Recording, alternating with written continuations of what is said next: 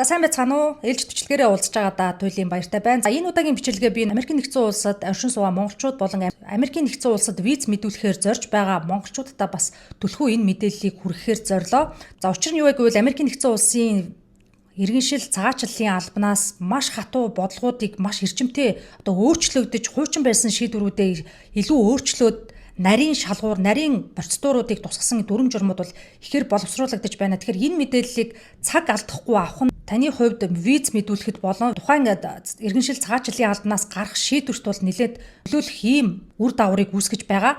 Тэгэхээр зарим хүмүүс энэ мэдээллүүдийг тухай бүрд нь авч чадаагүй юм уу хуучин авсан мэдээллээрээ шийдвэр гаргасны улмаас маш олон визний татгалцсан хариунуудыг авж байгаа. Тэгэхээр чухам яг ямар дүрм, ямар журам, ямар бодлогуудад өөрчлөлтүүд ороод байна. За эдгээр өөрчлөлтүүдийг мэдснээр та өөрийгөө яаж хамгаалах талаар өнөөдрийн бичлэгээрээ хамгийн сүүлийн үеийн өөрчлөлтүүдийг хуульчийн өнцгөөс ойлгомжтойгоор тайлбарлахыг хичээлээ. Тэгээд бичлэгтэйгээ хамт байгаарай. За таамаглаж байсанчлан 2026 он гарснаар Америкийн нэгдсэн улсын цагаачлалын бодлого эрс мэдэгдэхүйц чангарч байна. За энэ өөрчлөлт зөвхөн бичиг баримтгүй иргэдэд хамаарахгүй виз мэдүүлэгчдэд, орогнол хүсэгчид, ногоон карт болон иргэншил хүсэж байгаа хүмүүст хүртэл шууд нөлөөлж эхэлж байгаа. За яагаад ийм шийдвэрүүд гарч байна вэ гэдгийг бол товч байдлаар тайлбарлая. Америкийн нэгдсэн улсын засгийн газрын тайлбараар сүүлийн жилүүдэд орогнол хүсэгчдийн тоо бол эрс ихэлсэн. За зарим хүмүүс түр визээр ирээд Америкийн нэгдсэн улсад үлдээд дараа нь орогнол хүсэх тохиолдлууд бол эрс нэмэгдсэн гэж үзэж байгаа юм байна. За тиймээс Америкийн нэгдсэн улс одоо цагаачлалын процессыг эхнээс нь илүү нарийн шалгах юм бодлого руу шилжиж байна гэсэн мэдээллүүд гарч байна. За нэгдүгээр нэмэлт аюулгүй байдлын шалгалт нэмэгдэж байна. За Америкийн нэгдсэн улсын иргэншил цагаачлалын албанаас өргөдөл гаргагчдын background check буюу суур шалгалтыг илүү өргөн хүрээнд хийх болсон. За үүнд FBI буюу холбооны мөрдөх товчооны мэдээллийн сангаас эрүүгийн хэргийн түүх, өмнөх хэрэг, за баривчлагдсан эсэх хэрэг, за хэрэгсгүй болсон зэрэг мэдээллийг шалгах боломж бол нэмэгдсэн байна. За хуульчийн хувьд энд анхааруулж хэлэх хэд хэдэн зүйл байна. За цагаачлалын өргөдөл дээр за энэ нь жижиг асуудал байсан, эсвэл хэрэгсгүй болсон олон жилийн өмнөх зүйл гэж бодоод зарим хүмүүс тоохгүй орхих эсвэл нуудаг. Тэгэхээр энэ баривчлагдсан түүх, хэрэгсгүй болсон хэрэг, хуучин хэрэг гэд бүгдийг нь зөв мэдүүлэх шаардлагатай.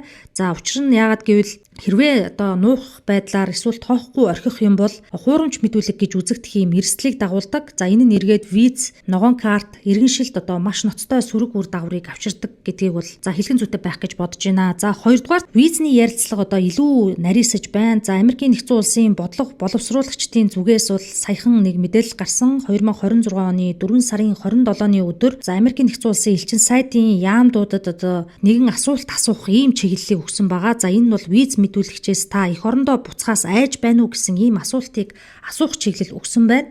За энэ асуулт нь мэдээж энгийн сонсогдож болох ч хууль зүйн хувьд маш чухал утгатай. Учир нь түр визний үндсэн зарчим бол түр хугацаанд ирээд буцах зорилго юм. За харин хүн би эх орондоо буцахаас айж байна. Эсвэл энэ асуултанд хариулахаас татгалзах, за эсвэл дуугүй байх, эргэлзэх, за иймэрхүү байдлыг ярилцлаганд орохдоо үзүүлэх юм бол консулын ажилтан энэ хүн Америкийн нэгдсэн улсад үлдэх магадaltaй ирээд орогнол хүсэж магадгүй гэж ойлгож болно гэж үзэж байна. За тэгэхээр ийм хариулт виз татгалзах шалтгаан болох юм эрсдэлтэй. За тэгээ хуульчийн хувьд хэлэхэд визний ярилцлагад худал хэлж бол мэдээж болохгүй. Гэхдээ та өөрийн нөхцөл байдлыг ямар хууль зүйн процессор шийдэгдэх ёстойгоо зөв ойлгох хэрэгтэй. Хэрэг үнэхээр ямар нэгэн хавчлагаас айх бодит үндслэл байгаа бол энэ нь энгийн визний асуудал биш, харин асайлын процесс буюу орогнолын тухай процесс юм аа. Тэгэхээр яг зарим хүмүүсийн хувьд бол Америкийн нэгдсэн улсны визний ярьсан дөрөхдөө сандардаг ч юм уу, эсвэл тухайн хүн асуусан асуултанд хариулахгүй байдаг, эсвэл ямар нэгэн байдлаар эргэлдсэн ийм зүйлийг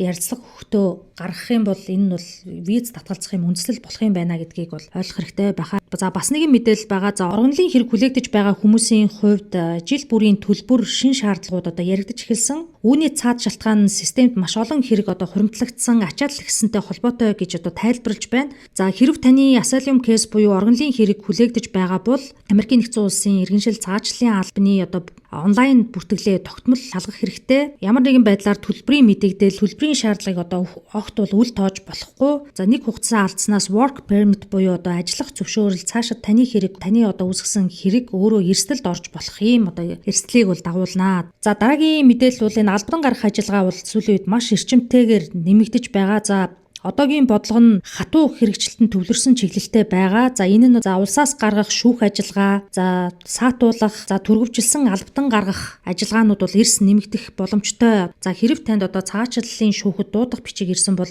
хизээч үл тоож болохгүй. Шүүхийн өдрөө очихгүй бол таныг байхгүйд одоо албатан гаргах шийдвэр гарч байна. За сүүлийн үеийн жишээнүүд шүүхтэр маш олон ийм жишээнүүд гарч байгаа талаар их сурвалжуудын мэдээллүүд бол гарч байна. За мэдээж нэгэнт ийм шийдвэр гарсны дараа бол засахад бол маш хэцүү. Одоо ийм мэдээлэл ирэх юм бол хуульчтайгаа зөвлөлдөж аль болох одоо цагаачлалын мэрэгчсэн юм хуульч авахыг бол одоо зөвлөж байна. За 5 дугаарт бол энэ Asylum Access буюу орогнол хүсэх эрхийн асуудал шүүхтэр маргаантай хിവэр байгаа. За Америкийн нэгдсэн улсад орогнол хүсэх эрхийг бүрэн хааж болохгүй гэсэн шүүхийн байр суурь гарч байгаа ч за нөгөө талаас засгийн газар энэ эрхийг хязгаарлах, илүү хатуу шалгах бодлогыг бол барьсаар байна. Гэхдээ нэг зүйлийг маш сайн ойлгох хэрэгтэй. Asylum буюу орогнол гэдэг нь амьдрал хэцүү байна, ажилгүй байна, мөнгө байхгүй гэсэн үндслээр автоматар олгогддог зүйл биш. За орогнолын одоо гол үндсэл нь ямар нэгэн одоо ноцтой юм хавчлагт байгаа гэдгээ бол маш үндэслэлтэй нотлох ёстой байдаг. За жишээлх юм бол улс төрийн үзэл бодол, шашин шүтлэг, за үндэс угсаа, арьс хүн эсвэл тодорхой нийгмийн бүлэг гэх мэт яг үндсэн суурь эрх нь маш ноцтой зөрчигдсөн байх ийм кейсүүдийг илүү түлхүү одоо үндэслэл болгон авдаг гэдгийг бол ойлгох нь зүйтэй. Тэгэхээр яг мэдээж одоо үүн дээр бол нотолгоо хамгийн чухал. За баримтгүй, логикгүй, за буруу бэлтгэсэн зарим тохиолдолд яг энэ оргонлын үндслэлийг дутуу дулмаг ойлгосноос болоод талцсан хариунуудыг бол маш ихээр авч байна. Тэгэхээр буруу бэлтгэсэн оргонлын хэрэг дараа нь албадан гаргах юм эрсдэл болж хуурдаг гэдгийг бол ойлгох нь бол чухал юм аа. За эцэст нь дүгнэж хэлэхэд Америкийн нэгдсэн улсын цагаачлалын бодлого одоо 3 чиглэл рүү явж байгаа. За нэгт нь бол илүү шалгана, хоёрт нь одоо илүү удаашруулна, за гуравт нь илүү хатуу шийднэ гэсэн ийм чиглэл рүү бол одоо нэгэнт одоо энэ гарч байгаа шийдвэрүүдээс нь бол ойлгомжтой болж байна. Тэгэхээр тиймээс та виз, орогнол, ногоон карт, иргэншлийн аль шатанд явж байсан хамгийн чухал зүйл үнэн зөв мэдүүлэг, баримт, хугацаа, зөв стратеги юм а гэдгийг бол маш сайн ойлгох хэрэгтэй. За цагаачлалын нэг жижиг алдаа заримдаа хүний олон жилийн амьдрал, ирээдүйн боломжийг одоо бүлдэн өөрчилдөг. Тэгэхээр та цагаачлалын мэрэгжлийн хуульчид хандаж одоо алхам бүрээ эрх зүйн үр дагаварт хүрж болох зүйлс бүр дээрээ хуульчаас зөвлөгөө аваарай гэж одоо хэлэх байна. За эдгээр мэдээллүүдээс харахад Америкийн нэгдсэн улсын зүгээс бол виз олголтыг аль болохоор одоо өгөхгүй байх чиглэл рүү бол одоо маш эрчимтэй явж байгаа гэдэг ийм шинжээчдийн мэдээллүүд гарсан байна. Тэгэхээр яг хуульчийн хувьд зөвлөхөд хэрвээ та виз мэдүүлэх гэж байгаа болон за визний ярилцлаганд орох гэж байгаа ялангуяа green card, асylum буюу одоо орогнол хүсэгтэй холбоотой ийм шийдвэр гарах болон ярилцлаганд орохоос өмнө заавал immigration lawyer буюу энэ цагаачлалын мэрэгчсэн хуульчтай зөвлөлдөж тухай бүртэн зөвлөгөө авч шийдвэр гаргаарай гэж одоо зөвлөх байна. За гисэн хэдий боловч Америкийн нэгдсэн улсын иргэншил цагаачлалын албанаас авч хэрэгжүүлж байгаа энэ арга хэмжээнүүд нь хүний эрхийн зөрчлөлийг одоо дагуулж байгаа гэсэн ажиглагчид болон шинжээчдийн дүгнэлтүүд бол гарч байгаа. За тэгээд цаашид бол хэрхэн энд шийдвэрүүд нь өөрчлөгдөд явахыг бол одоо таашгүй байна. Яг тэгвэл энэ одоо мэдээллүүд бол маш хурдацтай өөрчлөгдөж байна. За миний хувьд бол энэ дараагийн бичлэгээр сүүлийн үед маш олон хуульчд болон за дээд шүүхтэр бас мөн маргаан дагуулад байгаа нэгэн одоо сэдв байгаа. Энэ бол одоо Америкийн нэгдсэн улсад төрсэн хүүхэд бүр Америкийн нэгдсэн улсын иргэн болох уу, болохгүй юу гэдэг. За энэ маргаан бол маш их эрчимтэйгээр хэлэлцэгдэж байгаа. За 2025 оноос Америкийн нэгдсэн улсын ерөнхийлөгч Дональд Трамп Америкийн нэгдсэн улсад төрсэн хүүхэд бүрт одоо иргэншил олгодог байсан энэ явдлыг бол талсан зогсооно гэж мэдгдсэн.